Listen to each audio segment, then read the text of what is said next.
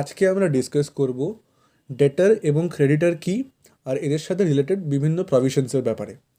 তো first we need to know who is a ডেটার। A person who owes any sum to the company or the business enterprise is a debtor. A debtor is a current asset for the business. মানে হলো ধরো একটা লোক company মানে company একটা লোকের থেকে টাকা পায়।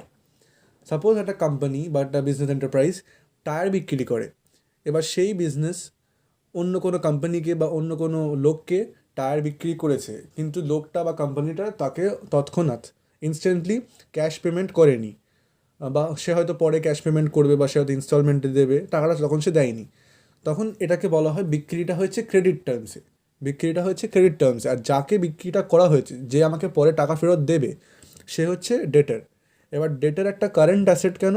কারণ ডেটারের যে ভ্যালুটা অলওয়েজ সেম থাকে না, ওটা একটা ফিক্সড অ্যাসেট না। আমি ফার্নিচার বা মেশিনারি প্ল্যান্টের মতো ওটা ফিক্সড সারা জীবন থাকে না। ডেটার কখনো থাকে, কখনো থাকে না, কখনো বাড়ে, কখনো কমে, এরকম হয়। তো ওর জন্য এটা কারেন্ট অ্যাসেট, মানে সবসময় ওটা চেঞ্জ হতে থাকে। এখানে এর জন্য বলেছি যে বিজনেস এন্টারপ্রাইজ, এই যে বিজনেস এন্টারপ্রাইজ সে ক্রেডিট টার্মসে, মানে business organisation sells goods on credit to a debtor. এটার স্পেলিংটা মনে রাখতে হবে ডেপ্টার, কিন্তু এটার উচ্চারণ যেন ডেটার। তারপরে হচ্ছে who is a creditor. A person to whom a business organisation owes any sum of money is a creditor. A creditor is a current liability for the business. এবার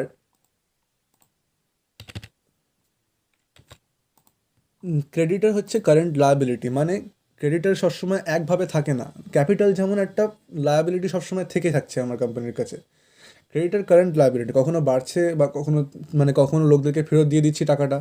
ক্রেডিটারকে ধরো কোম্পানি টায়ার বানায়, tyre বিক্রি করে, এবার tyre বানাতে কিছু raw materials লাগতে পারে, বা অন্যান্য অনেক কিছু ক্ষেত্রেই কিনতে হতে পারে র মেটেরিয়ালস।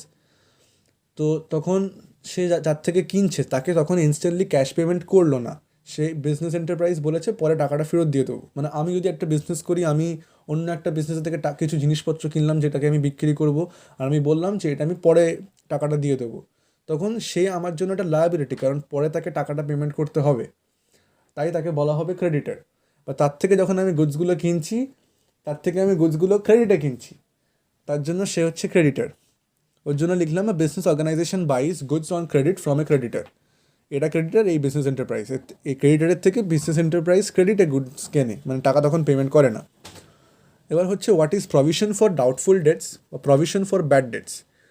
ব্যাড ডেটস মানে হলো, ধরো সাপোজ তুমি তোমার বন্ধুকে 10 টাকা দিয়েছো, সেই বন্ধু তোমাকে 10 টাকা ফেরত দিল না, তাহলে সেটা আমার কাছে একটা ব্যাড ডেট হয়ে যাবে। মানে সে, মানে আমাকে টাকাটা ফেরত দিতে পারলো না আর। তো এর জন্য কোম্পানি অনেক সময় করে কি, আগে থেকে কিছু প্রভিশন বানিয়ে রাখে যাতে কোম্পানির ধাক্কাটা একটু কম লাগে আর কি। আগে থেকে কোম্পানি কিছুটা এস্টিমেট করে না যে এত টাকা হয়তো ডিটেলস আমাকে ফেরত দেবে না। তো বলা হচ্ছে provision for doubtful debts is created considering a part of debtors will not pay back the money due from them.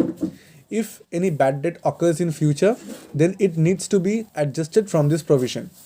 এবার সাপোজ তোমার প্রভিশন করা আছে 1000 টাকায়, পরে গিয়ে দেখছো যে 10 টাকা বা 100 টাকার একটা ডেটার সে তোমাকে টাকাটা ফেরত দিচ্ছে না, তাহলে সেই 100 টাকাটা আমরা ওই 1000 টাকার প্রভিশন থেকেই খাইয়ে নিতে নেবো। এতে হয় কি, বিজনেসের জন্য ধাক্কাটাও কম লাগে। তো বিজনেস আগে থেকে একটা প্রভিশন বানিয়ে রাখে।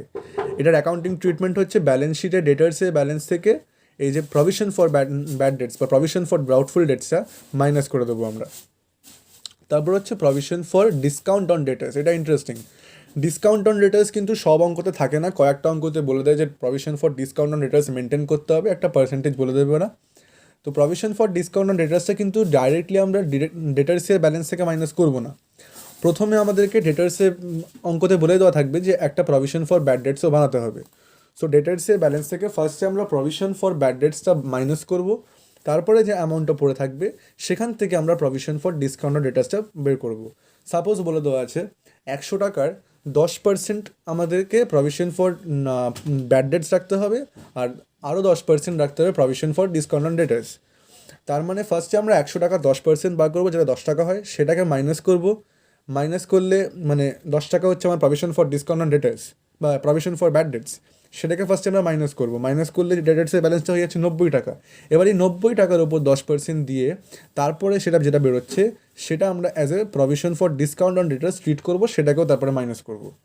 মানে ফার্স্টে আমরা ডেটার্সের ব্যালেন্স লিখলাম, less provision for bad debt, তারপর যে অ্যামাউন্টটা বেরোবে তার সঙ্গে less provision for discount on debtors করবো। তো এইটা হচ্ছে আমাদের প্রভিশন ফর ডিসকাউন্টের একটা থিওরিটিক্যাল ডেফিনেশন। তো এটা তোমরা একবার পড়ে নিতে পারো, একবার স্ক্রিনশট নিয়ে নিতে পারো। এটা হচ্ছে প্রভিশন ফর ডিসকাউন্ট অন ডেটার্সের ডেফিনেশন। তো এরপর আমরা চলে যাচ্ছি প্রভিশন ফর ডিসকাউন্ট অন ক্রেডিটার্সে। ডিসকাউন্ট অন ক্রেডিটার্সটা হচ্ছে এক ধরনের আমাদের কাছে ইনকাম টাইপের, কিন্তু এক্সপেক্টেড ইনকাম। এটা হচ্ছে যখন একটা বিজনেসম্যান, এই যে লেখা আছে সেটাকে পড়ে নিই একবার। When a businessman makes prompt payment, he expects to receive some amount of discount from its creditor. Thus, he creates a provision for such discounts. Accounting ট্রিটমেন্টটা কি? Subtract from creditors balance in the balance sheet. এটা হচ্ছে যখন একটা লোক, suppose আমি হচ্ছি business, আমি একজনের থেকে র মেটেরিয়ালস কিনেছি, বলেছি এখন টাকা দিচ্ছি না কিন্তু পরে টাকা দিয়ে দেবো। সেই লোকটা আমাকে বললো ঠিক আছে তুমি আমাকে 2 মাসের মধ্যে টাকাটা দিয়ে দেবে। এবার আমার 1.5 মাস পর মনে হলো যে আমার কাছে এখন টাকা আছে, আমি লোকটাকে বরং টাকাটা ফেরত দিয়ে দিই। তো 2 মাসের জায়গায় আমি 1.5 মাস পরেই টাকাটা ফেরত দিচ্ছি। তখন আমি এক্সপেক্ট করবো যে হ্যাঁ আমাকে হয়তো লোকটা খুশি হয়ে বা কিছু একটা যেটা ডিসকাউন্ট দেবে। সাপোজ আমি 100 টাকা ফেরত দেওয়ার কথা ছিল, কিন্তু আমি আগে টাকাটা ফেরত দিচ্ছি বলে হয়তো আমাকে 10 টাকা ডিসকাউন্ট দিয়ে 90 টাকা একটা আমাকে দিতে হবে আর কি। তখন সেইটা ভেবে আমি 10 টাকার একটা provision for discount on creditors বানিয়ে রাখবো। তো এইটা আমার কাছে একটা ইনকামের মতো, মানে লায়াবিলিটিটা কমে যাচ্ছে। তো লায়াবিলিটিটা যখন কমে যাচ্ছে ওর জন্য আমরা ক্রেডিটার্স থেকে মাইনাস করছি। ক্রেডিটার্স একটা লায়াবিলিটি, যখন আমি ভাবছি যে ক্রেডিটার্সকে টাকাটা নাও দিতে হতে পারে। আমার কাছে সাপোজ 10,000 টাকার ক্রেডিটার্স আছে, আবার আমার হয়তো মনে হচ্ছে হয়তো এর মধ্যে থেকে 200 টাকার আমি ডিসকাউন্ট পেতেও পারি, মানে 200 টাকার লোক হয়তো আমাকে নাও দিতে হতে পারে। তখন আমি ক্রেডিটার্স থেকে মাইনাস করে দেবো যে minus less provision for discount on creditors 200 টাকা। তো এটাই হচ্ছে আজকে ক্লাস ছিল। Thanks for watching.